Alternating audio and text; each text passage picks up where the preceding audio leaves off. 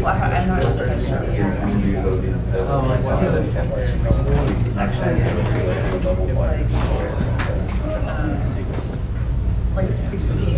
yeah, it's full of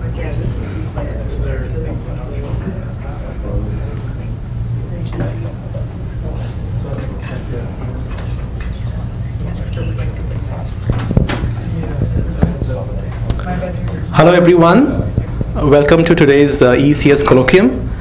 I'm delighted to welcome our speaker, Professor Rajeev Alur. Professor Alur is the Zisman Family Professor of Computer and Information Science at the University of Pennsylvania. Rajeev's research has centered on the area of formal methods for system design. And over the years, he's made a number of foundational contributions to this field. And many of these contributions are things that that are taught in courses in formal methods and related topics around the world, including at Berkeley. So let me just mention a few of these. He did work actually in his PhD thesis on a theory of timed automata, which is a foundational formalism for modeling real-time systems where timing matters. He's worked on modular verification, so doing model checking using assumed guarantee contracts.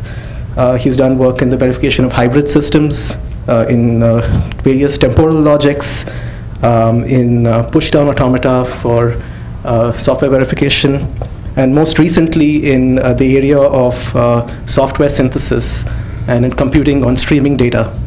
And in fact, we've had the pleasure of having Rajeev here on campus as a visitor to the Simons Institute in the program on real-time decision-making that's been running this semester.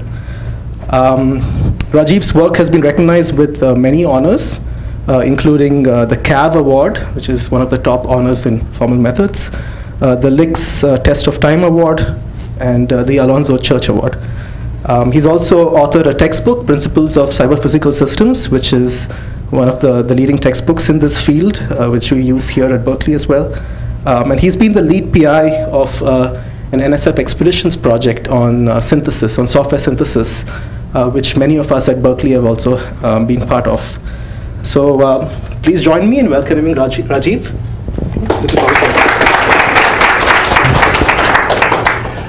Thank you, Sanjit, for that great introduction. I'm really happy to be here and honored, and thank you all to coming to this talk. I know this is end of the semester and everyone is busy with lots of things, so thanks for coming here. So I'm going to tell you about some work we have been doing in synthesis. So the broad goal of synthesis, and actually in many parts of computer science, is to make programming easier. So so communicating with computers about what we want the computers to do should be actually easier than communicating with people, because hopefully there is less chance of miscommunication. So and one article that I like in this space is by David Harrell, which he wrote about 10 years ago, and the title says it all: Can Programming Be Liberated? Right? And if you think about it, well, in the 60s and 70s, people were programming using punch cards, and now we have like this really fancy program development environments. But if you look at the way the code is written, it hasn't changed that much, in the sense that the programmer has to think about all the corner cases and specify the details, and which makes it a bit tedious, and that's actually one of the barriers for entry for lots of people to get into computing, right? But there are lots of opportunities. Now the computing power is actually pretty much unlimited, and so the problems that we thought could not be solved, say 20, 30 years ago, well, even today they remain computationally intractable in a theoretical sense, but due to advances, just the availability of more computing power, to some extent we can try to attack them. The software analysis and verification technology has become very mature, so if the synthesis tool generates something, checking whether it's actually correct, that could be done in much better ways now. People have designed a variety of better human-computer interfaces, so those could be used to make programming better. So with all of that, so that was sort of our pitch to this to NSF to start a multi-institution project, and we dubbed it ESCAPE, which is Expeditions in Computer Augmented Program Engineering, and it's centered generally around software synthesis, advancing the state of the art, both in terms of tools and applications of this. It involves lots of universities, including Berkeley, and faculty such as Sanjeet and Bjorn have been part of this. So that's sort of the broad goal. So I'm going to illustrate what we can actually do using a couple of simple examples. So one is end user programming. So in many contexts, what the programmer wants to do is pretty simple. So these are end users, non-programmers. So for example, someone may have a robot and you want to program it and just give instructions to do a few simple tasks. Or it could be an analyst who hasn't real formal training in programming, who just wants to collect data from the web. But to analyze this data, the analyst would have to write a script. Now that script is not going to be a complex program, say compared to the software that runs in our web browser. But even there, writing a script actually amounts to very traditional way of thinking about all the corner cases and writing a sequence of instructions. So can we do better in this space? So that's the question. And one solution technology here is programming by examples, where the user specifies the logic of the desired program just using a few examples. So let me illustrate this with a very simple example. In fact, this is from long time back, like in the 70s and 80s, people have thought about this.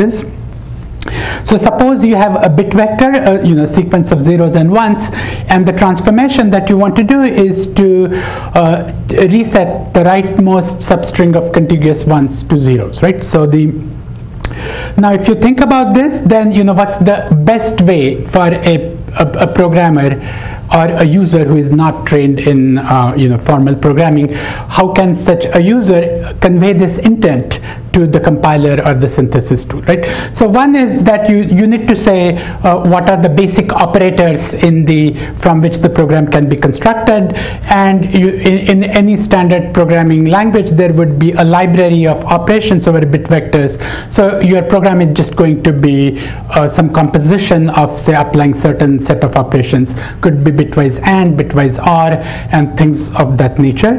But the intent can be, in this case, conveniently expressed just using few examples.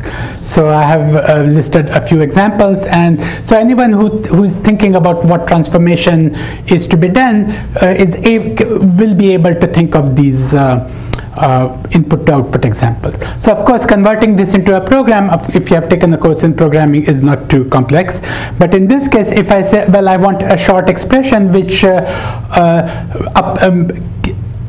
implements this transformation succinctly, it's actually challenging even for good programmers. So it turns out that the best solution is this expression here, where x is a bit vector and or are the bitwise operations, and one you can add one and subtract one and so on, right? Yeah. So there are lots of such examples in Hacker's Delight, and they were actually put together a long time back, saying that okay, this is to learn C, you have to learn how to do these kinds of low-level bit operations, right? But this actually it's a barrier for people to learn programming, but writing this example should be pretty easy, right? So now the question, so this is something that the technology that I'm going to tell you about can do pretty easily today.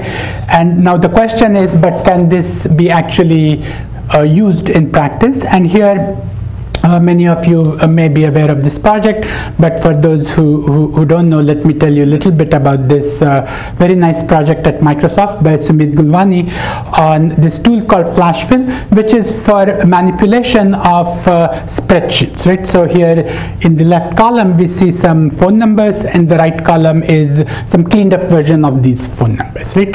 And to do this transformation, there is no ready-made macro available in Excel, so you don't have like this is a specific programmer who wants to do some specific task, and for that there is no direct option available in the menu of Excel.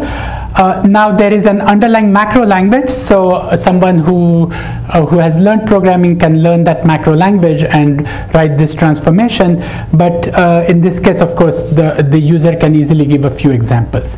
And what they did in this project was built an add-on to Excel where the user could just specify the desired transformation using a few examples, and then the synthesis tool would search through the space of all macro programs to find a transformation that's consistent with the given examples, apply it to all the rows, and show it to the user, right? Of course, there's a lot of work on how this is presented to the user and the how it's integrated into the existing environment, but at the core, the computational problem is searching through a space of programs to find something that fits given examples, and this actually became very successful. And here is a quote from Wired, which basically says that how useful this feature is, and it's actually this was appeared first in a paper in Popple in 2011, and by 2016 it was already integrated into the commercial version of Excel, and this is like a good success story for programming by examples, right? And so these are the kinds of computational problems where the logic is simple. Yeah. Did you seriously say that it searched the web for a proper program? I didn't understand what you meant by searching. Oh, okay. So it's searched through the set of possible Excel macros. Oh, I see. So it wasn't like AI and looking for some kind of solution. No, it was instead. It's an excellent question. So actually, in my by the way, can you repeat the question for the mic? Yeah. So the question was that, okay, is it searching the web for a program that matches the user intent, or is it performing some kind of other search? And the answer is it's actually searching through the set of all possible syntactically valid programs. So in my talk, I'm going to show you a specific computational problem that needs to be solved. But your question actually has it's a lead-on thing, like how can we improve this search? And we can do it by mining the code that's available on the web to direct the search towards more likely things that people actually write. So it's a combination of the two, yeah. Okay, and then so another specific project that has been, that's gaining traction is program optimization, right? So this is actually an old problem that it's easy, if you take programming, if you learn programming, it's easy to write ordinary programs, but it's hard to match the productivity of expert programmers. So can the compiler help regular programmers become ninja programmers by doing some kinds of transformations? So traditionally, in an optimizing compiler, there is some program transformations that are implemented that improves the efficiency of a program, but an emerging space is what's known as program super optimization, where the compiler actually starts from scratch and finds a code snippet that's equivalent to the original program, where the structure of the final program could be quite dissimilar to what we started with. So it cannot be obtained by correctness preserving rewrites, but it's done through this search. So let me just illustrate this. Again, to just illustrate the problem, here is a simple example. So suppose I have 2 bit vectors of length 32, x and y, and I want to compute the average, right? Well, if you're not paying any attention, you would just do x plus y over 2, and this program is buggy because it may happen that when you add x and y, there is an overflow, but whereas the average value will not have an overflow, right? So how do you implement this so that there is no overflow? Well, this is a program that someone wrote which said, okay, let's extend the 32-bit vector to 64 bits and then add, so now you are adding 64 bits where there won't be an overflow, and then you can compress the output back to 32-bit vector, right? So now the question is there an equivalent program which does, so semantically it should be equivalent, so there shouldn't be an overflow, but which does not use this type, the 64-bit vectors, right? Yeah. So now this, so an optimizing compiler, as understood in the traditional sense, won't be able to do this because you cannot do some kind of local rewriting, right? So what's the solution? Well, it's a small program. So I could just search through all possible programs of over 32-bit vectors, and it turns out that this specific expression actually is equivalent, and it's kind of tricky, right? Yeah. So so this is again something that can be done by these modern search-based synthesis tools. Yeah. So would your tool also find the bug in that code? You're supposed to do x1 plus y1. Is that what you meant? Can you repeat the question, please? Yeah, so this is a very good question. It's my mistake. So so in this code, the z1 should be set to actually x1 plus y1, because that's the so now a verification tool actually can find this bug. So today's SMT solvers, since the program is actually small, they will be able to find that bug. Right, so but it's actually a very good question. A verification tool needs specification, whereas the way the program is written, there is no specification, and that's actually been one of the challenges in pushing verification technology out in the field. For synthesis, assuming this program was written correctly, so the assignment should be z1 equal to x1 plus y1 over 2, then the given program is the specification, and we are looking for an equivalent program which meets certain kinds of constraints, and in this case doesn't use extension to 64-bit vectors, right? Yeah. So so where is this actually used? And let me tell you about a very recent application of the synthesis technology that we have developed can actually be used. So this is a simple hardware circuit, but it's a real circuit. It's actually doing some kind of encryption, and it's from this advanced encryption standard, and it's supposed to preserve some secrets. So some of these inputs are private inputs and some of them are public inputs, and the circuit has been designed so that if I change the public inputs and observe the outputs, I cannot infer the private inputs, right? So the private inputs could be the private key and the public inputs could be the public key, right? So, and since this kind of thing needs to be done very fast, sometimes these encryption algorithms are implemented in hardware, and this is an example of such a circuit, right?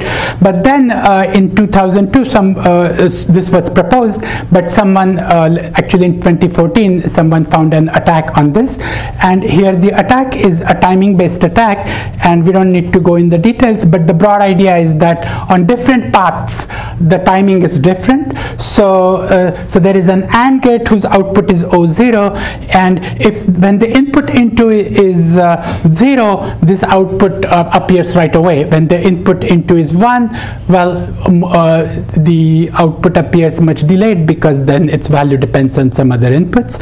So if I measure how long it takes for when I change some public input, if I can measure by running the circuit repeatedly and doing some statistical analysis how long it takes to for some output to change, some information leaks, right? So these are called side channel attacks, and many of you must be aware of these. So this was noticed, this attack for this in the AES circuit was noticed in 2014 in this date paper, and they said, well, a way to fix this timing attack is to make sure that all delays along all paths are same, right? So such circuits are called constant time circuits, right? So the constant time means for all inputs, the number of the timing is the same, and one reasonable measure of that is just the path length. So all input to output paths are of the same length, right? And in this case, this fix was done manually, and it's basically by adding some delays and essentially making every path equal to the longest path, right? Yeah. You can set this up as a synthesis problem, and so this was done last year, and I'll show you the result at the end of the talk after explaining you how it's actually computed. So the synthesis question here, and you can think of it as a general optimization question. So I'm given a circuit C, and I want to generate another circuit C prime that's functionally equivalent to the original one. So that's the semantic constraint, and such that it's a constant time circuit, right? Which can be now viewed as a syntactic constraint because it doesn't really depend on the specific gates we are using. Being constant time is just it's a property of the way the various elements are put together. So this is another thing to note is that the tools developed in EDA, that's electronic design automation, and a lot of work in fact was done at Berkeley dating back to the 80s. So they optimize things for timing, for area, and so on, but solving this, setting this up as an optimization problem actually wouldn't work. So we may want an optimizing compiler where it takes this syntactic constraint as an input, right? So these were the two examples. There are many other instances of this generic problem that I want to find something from a syntactically described space of things which meets certain semantic criteria, right? And so I told you about programming by examples and this synthesis of attack resilient crypto circuits. Lots of examples in program repair. I have some program, I want to keep, I find some mistake and I want to fix it. So that could be viewed as some edits to the given program. A nice application is auto grading. So maybe student submits a Python program, and instead of just running it on some test cases and checking whether it's correct or not, I want to figure out how can I change the student solution so as to make it correct. And those edits could be then translated back to hints. So one way to do that is to think of all edits to the program as the syntactic space through which the tool wants to search in, such that the patched program works correctly on given test cases, so that would be viewed as correct, right? So what I'm going to tell you about is actually a generic way of solving this problem, formalizing this problem, and that's what we call a syntax-guided program synthesis. Just to contrast this with the classical program synthesis, which actually dates back to this paper by Church in 1957, when even as the first computers were being built, he had this dream that, okay, why do we want to write programs? Let's just write logical specifications, which is like what the program should be doing, and then you have synthesis tool which generates the implementation. And this was more in he was thinking more about circuits. But in this setting, what the specification is, it's just some logical constraint between inputs and outputs. And as people tried to implement this research agenda, so traditionally the synthesizer was trying to generate a constructive proof of the logical formula, which says there exists an f, a function f, such that for all inputs x, the relationship between inputs input x and the f applied to the input x holds, right, as specified in the specification. So this turns out to be very hard, and people are still working on this agenda, but there are not that many success stories, right?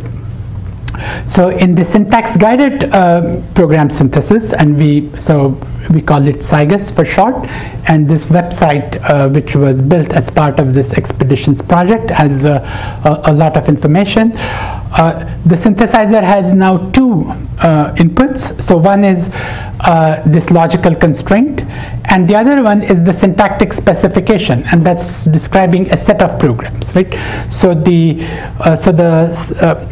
the logical constraint may describe, okay, could be just input to output examples, which would say that on this input I want this output, or it could say that the resulting program should be logically equivalent to what I started with if I'm doing program transformation. And then the set E of expressions is used for the search, because the synthesis tool is going to search through this set.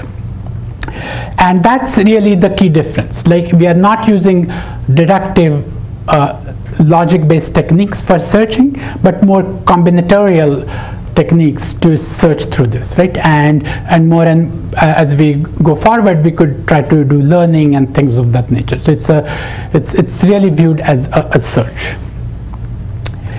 So what I'm going to do is tell you a bit about how we formalize the problem and some basic strategies for solving the problem, and then I'll tell you about some of the current trends and how what the future looks like.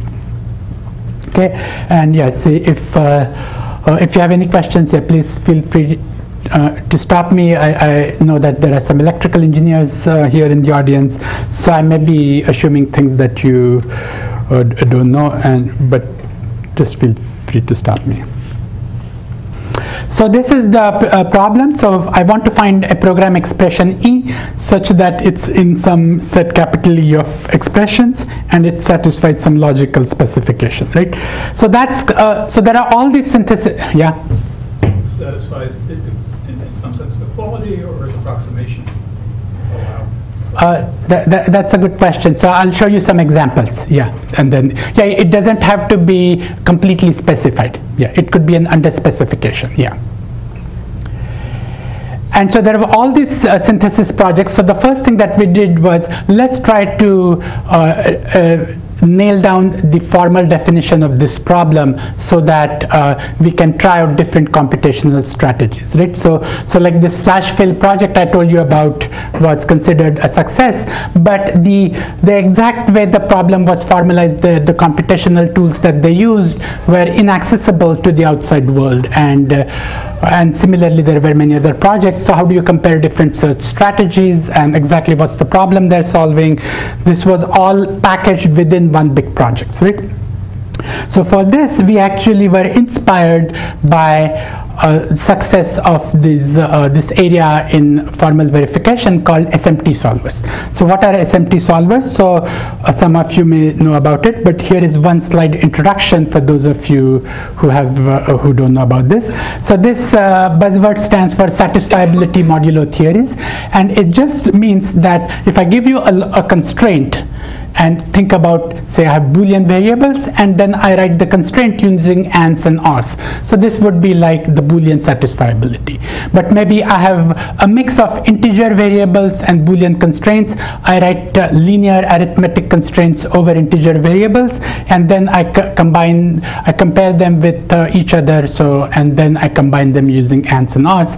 So that would be conditional linear arithmetic using booleans and integers, right? So there could be many such different so these are called theories, and the reason to call them theories is because this goes back to logic. It means that if I use plus in my formula, the interpretation for plus is fixed, right? So these are like interpreted formulas. And so once you formalize this problem, it's computationally intractable. In fact, we learn in computer science at the very beginning that even finding a satisfying assignment to a Boolean formula is NP complete problem, right? So in the worst case, it can take exponentially many resources. But over the years, people formalized this problem and built a variety of heuristics which now seem to work very well. So this was done starting around 2005, and so there is a standardized format for writing constraints, and lots of benchmarks were collected, and there are lots of people build tools. So like Z3 is one of a very highly optimized constraint solver built at Microsoft. CVC4 is a leading academic tool, but there are lots and lots of tools, and every year there is a competition, and now you can actually solve constraints that involve, say, tens of thousands of variables and millions of constraints, right? And so then people said, okay, well, these could be now used in many contexts, and so they are used in testing, verification, planning, control, and so as years go by, in fact, more and more of computer science community is using these SMT solvers as a backend, so they're not interested in trying to optimize constraint solvers. But no matter, if you have some computationally hard problem, then you can just throw it here. So just the same way as optimization is used as a generic toolbox in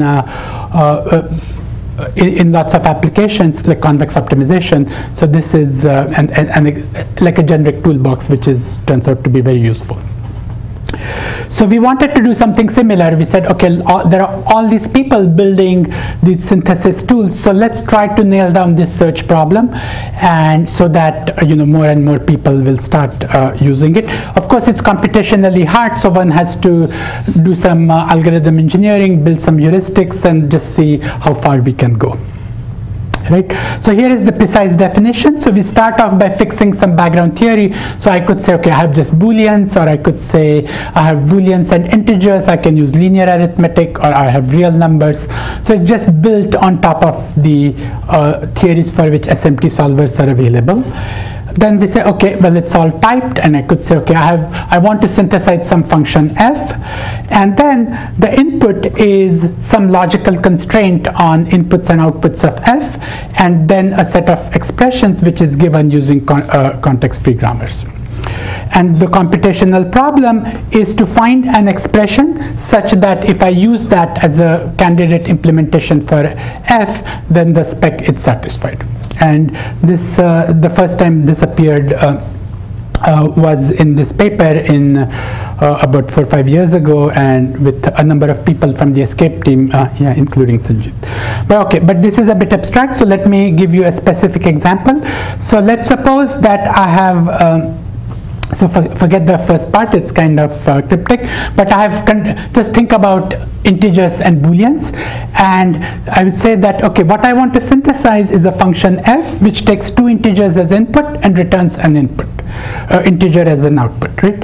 And here is the specification which says that f applied to its arguments is greater than or equal to both the arguments, right? So just written as a logical constraint, right? Yeah. So of course there may be many implementations of f. So going back to your question, so this is an under specification. I could have, by changing this formula, I could say that, okay, all I need is that f on some specific inputs, it gives me some desired output, or I could specify some complex function precisely by writing the suitable logical formula, right? But as an input to the as a computational problem, I'm just given a constraint on inputs and outputs of f, right? And then I have to describe somehow this set of expressions, and so this grammar is one way, a generic way of doing this, and it's used in all kinds of compilers. So here what this says is that the set of expressions is it could be one of the inputs, or it could be constant, or it could be sum or difference of expressions, right? So just describing linear expressions, right? And for this, the tool should come back and say the solution doesn't exist.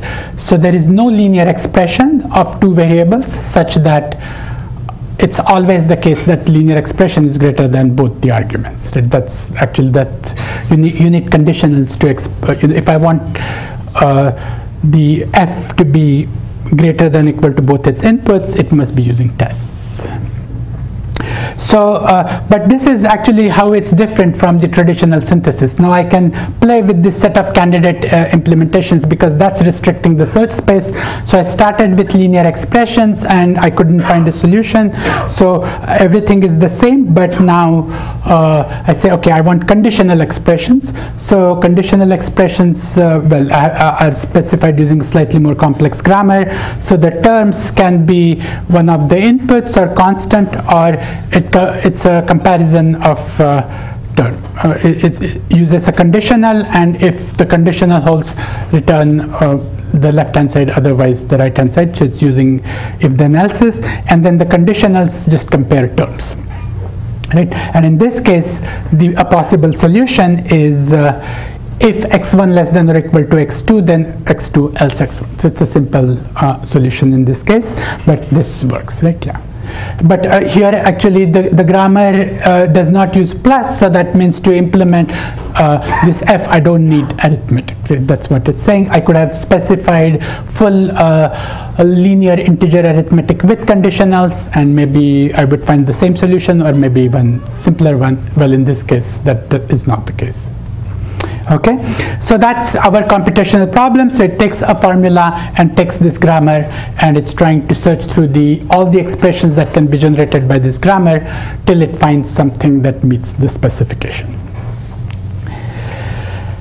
Okay, so how do we actually solve it? So I'm going to give you some general idea of how this is solved. So you can think of this as a learning problem. So I have two coroutines. So one is trying to search for the expression, and the verifier is trying to check is the candidate expression that's found by the search algorithm, is it correct? And in this case, is it correct means does it satisfy this logical specification, right? So the search algorithm is actually trying to find something that works for a finite set of inputs, and so let's look at this a bit more in detail. So this strategy is called counterexample guided inductive synthesis, and was actually first introduced in the thesis of Armando Solar Lezama, who did his PhD actually at Berkeley. So here is my specification, which says that the output of f should be greater than or equal to both the inputs, and the set of candidate expressions is all expressions that can be built from the x1, x2, 0, 1 comparisons and tests. And so what's so the search algorithm first starts with a set of interesting inputs which is initialized to the empty set. So basically the job of the search algorithm is to find an expression that works for all inputs in I. Right? So I is a finite set. So the intuition here is that we are trying to solve this problem that involves quantifier alternation. Our problem is to find an f such that for all inputs something works. So there is this quantifier alternation. There exists an f for all x, and all analysis techniques are actually pretty bad at handling quantifiers, and this is a way to get rid of that quantifier alternation. So the search algorithm it's trying to search for f, so it has that quantifier, but for the set of inputs it's looking only at the inputs in the set I, so it doesn't have the universal quantifier over all inputs.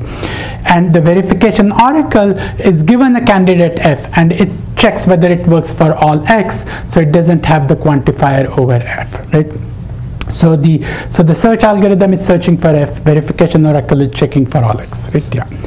So initially, since the set I is empty, the search algorithm can return anything, because it needs to return some expression that works for all the inputs in I, which is vacuously true, and it may return, for example, x1. Right? So it's saying that I can implement f by this expression x1, which doesn't work.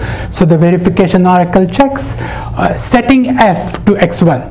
Does the specification hold for all x1, x2? Well, the answer is no, and it returns this example, and in particular it could return the interesting input could be x1 is 0 and x2 is 1. So what the verification oracle is telling the learner that, well, for 0, 1 this doesn't work, and now the search algorithm now needs to find an f which works at least for the point 0, 1, right? So we'll see how the search is implemented in a few minutes, but that's what it's supposed to do, and it may come back saying that, okay, well, try x2, because x2 works for this specific input example. That's correct. The verifier checks whether x2 works, setting f to x2 works for all x1, x2, and it says no, maybe it doesn't work for 1, 0. And now the search algorithm has to find something that works for 2 inputs. This goes on for a while. After maybe another iteration, the search algorithm has 4 interesting inputs, 0, 0, 0, 1, 1, 0, 1, 1. And it's trying to find something that works for these 4 points. So it's trying to generalize, but it's not guaranteeing that it works for all x1, x2s. It's just trying to find something that works for these 4 points, and it comes up with this expression, which is actually the right expression, so the verifier says it's correct.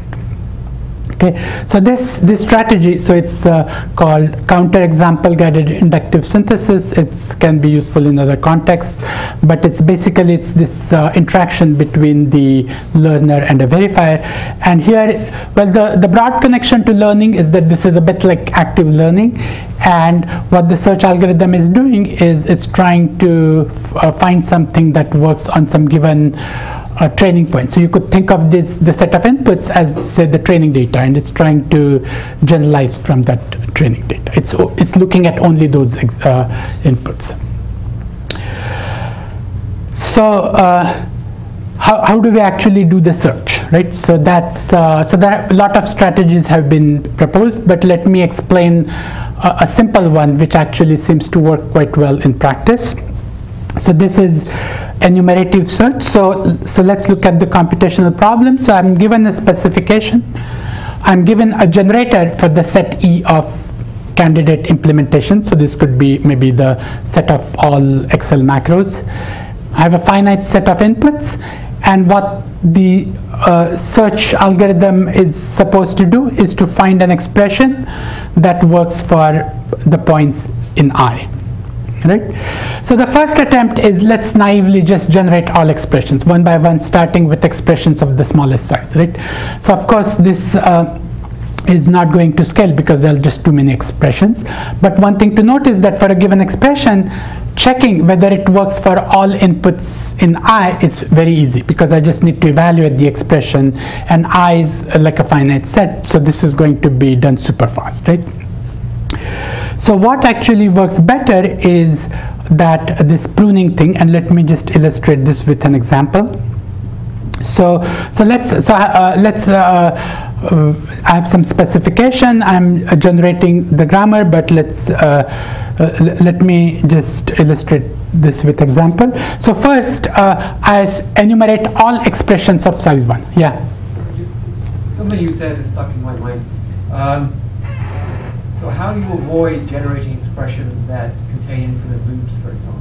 And then your evaluation itself becomes non-totally. So can you repeat the question? Yeah, so the expression, the question was that what happens if there is like some infinite loop in the expression. So okay, so the first answer is that in all our benchmarks, the what we are generating are actually loop-free programs, so the expressions won't have loops. But in general, I think I mean, people have tried the similar thing. So even though we don't have benchmarks, people have tried to generate recursive functions, in which case in the evaluation you may go into a loop, but the evaluation is still going to be an easier problem than the other thing. So in all of this, there are no theoretical guarantees that you are going to converge. So basically you have a timeout, you say, okay, in 1 hour, how many benchmarks can you solve? So that's kind of the engineering solution. I mean, could you diagonalize in some way so that you find an expression that solves the problem in its unbounded time? So in general, yeah, you cannot prove these bounds, right? So it depends on the. If there is one, you find it, as opposed to just getting stuck on the third expression and never finishing. Right, yeah. So one could do that's yeah. So the problem is actually recursively enumerable, and you can do that strategy, yeah. Okay, so let me illustrate this pruning. So the basic naive strategy doesn't work, but with this pruning, actually it works quite well, right? So I've given some grammar. We don't need to know exactly, but it suffices to know that there are 4 expressions of size 1, 0, 1, x1, x2, right? And so in general, you know, these 4 expressions are distinct. They are all inequivalent.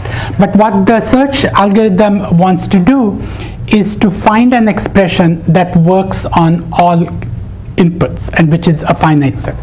So in that context, I can consider 2 expressions to be equivalent if they give the same value for the inputs in the current set. So in this example, currently I have only one input, x1 is 0 and x2 is 1, and in that setting the expressions x1 and 0 are equivalent. I have only one input in which x1 is 0. So I can discard 0 for the same reason I can discard 1, because it's equivalent to x2. So no matter what my specification is, if my I contains this one example, 0 is equivalent to x1 and 1 is equivalent to x2. So when I generate more complex expressions, I do not need to consider 0 and 1. Right, so for this grammar, so I try to now generate expressions of size 3. So without this pruning, there would have been 4 times 4, 16 expressions of size 3, but now I get only 4 because my expressions of size 1 has already been pruned to only x1 and x2. And I apply the pruning again, and I find that for that specific input, x1 plus x1 is actually equivalent to x1, x1 plus x2 is equivalent to x2, but x2 plus x2 is a new one. Right? So I'm keeping track of these equivalence classes, and now I have only 3 interesting expressions of size 3. And so this so the basic idea here is that I can define an equivalence on expressions, and as I generate more complex expressions, I just need a canonical expression of every equivalence class. And this works actually surprisingly well because it can be implemented very efficiently.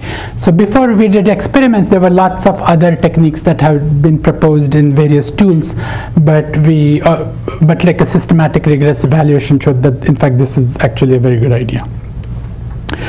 So we created this competition about 4 years ago. We created this interchange format. We had an open call for competition, and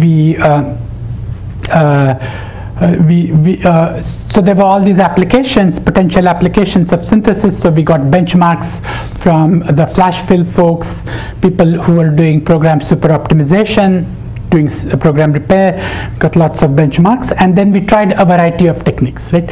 And this enumerative with pruning was the one that did well at the beginning. And so what happened in the last 3-4 years is, well, now we have over 1,500 benchmarks, we have different tracks, and let me show you a couple of improvements to this enumerative strategy, which gives us the best solver today, and then some of the emerging applications.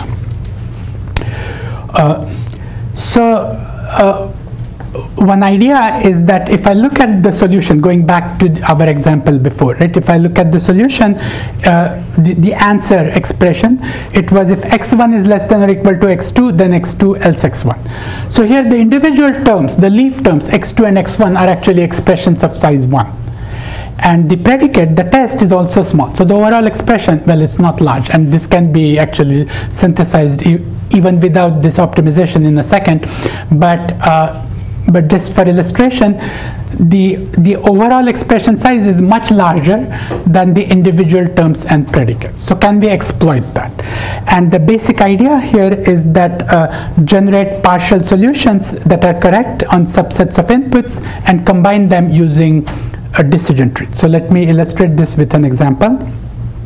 So suppose I'm enumerating terms. In the left column, I'm enumerating terms x1, x2, maybe x1 plus x2, and so on, right? Yeah. And in this middle column, I have the inputs. I'm trying to find an expression that meets the specification for all the inputs, right? So I have some inputs in the middle column. And I can add an edge between them, saying that an input x is labeled with an expression if the expression works for that input. So this should remind you of data points being, and the left column as labels and the middle column as data points, right? And I can, instead of stopping when I find an expression which works on all data points, I will stop if every data point is covered by at least one expression, right? Because then I know that there are enough labels to cover all the data points, and along the side I'm enumerating predicates also. The relationship between predicates and inputs, it's a bit like attributes and data points, right? So the input x has attribute p if p of x holds. Right? So this is exactly then the decision tree learning problem. Right? So I'm trying to construct a decision tree where the internal nodes are these attributes or predicates, and the leaves are like expressions. Right? And then we use a standard decision tree learning algorithm. The thing to note that in this enumeration of expressions and attribute predicates, we have used the enumeration with pruning. So only those expressions that are inequivalent over the given set of inputs are enumerated. And so this actually works very well. And the latest thing that we have tried is it's trying to mine code repository to figure out the more likely programs and bias the search towards likely programs. So suppose I gave you a solver which works for say 300 out of 500 benchmarks, right? How can I use them? Well, I can look at the 300 solutions and I can figure out which rules are more likely. So the input was a context-free grammar, but we convert it into what's known as probabilistic higher order grammar in the literature. And so basically the productions are weighted, and each expansion of any node is conditioned upon the parent and the left sibling. And these weights and what the right context is learned by looking at the repository of solutions, right? There are some technicalities like to avoid overfitting, and then the next question is how do we exploit this probabilistic grammar to generate expressions in decreasing likelihood. So instead of generating expressions in increasing size, now this would be with decreasing likelihood. So we can use A star and so integrating it with existing optimizations is can be a bit challenging. So we have till when should I wrap up? Yeah, okay. So yeah, there are some experimental evaluation, but the nice thing is that a number of people have already used our solvers to applied to their synthesis problems. So I think that's great. Just in the last year, we have seen at least 4 or 5 efforts.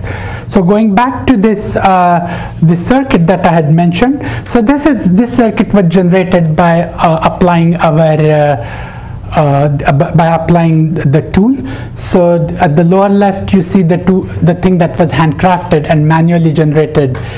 And the one on the right hand side is what our tool could generate, so that's great.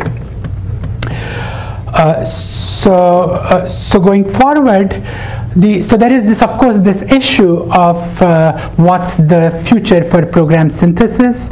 So this is actually a difficult problem, but there are lots of ideas on how to improve it. How to integrate it in programming environments, that's an interesting question.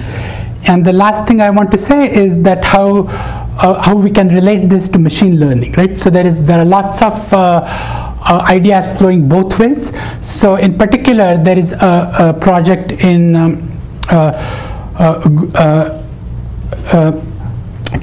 actually in Microsoft to do neural flash fill. So a version of flash fill where a neural network is actually trained directly on the input to output example. So we can use more techniques from machine learning beyond just decision trees and probabilistic models. There is a DARPA program around this theme. It's called Muse. Lots of interesting ideas there. And in the other direction, program synthesis can actually have a lot of impact on machine learning also. So in Google Brain, there is a very interesting project where they're applying this program synthesis, exactly the way I described, syntax-guided synthesis, to generate the script for API calls for TensorFlow programs. So this TensorFlow is like a new programming language for neural networks, hard for people to understand what it's about. That's where synthesis can help. Synthesis can also generate explanations for these neural networks. So I think we are getting closer to this goal where synthesis, machine learning, and HCI can all work together to make programming much easier. Thank you.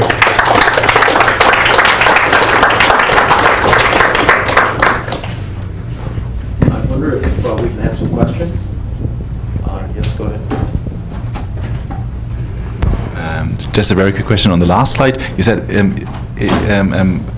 synthesis is used to generate script for API calls. What exactly does that mean?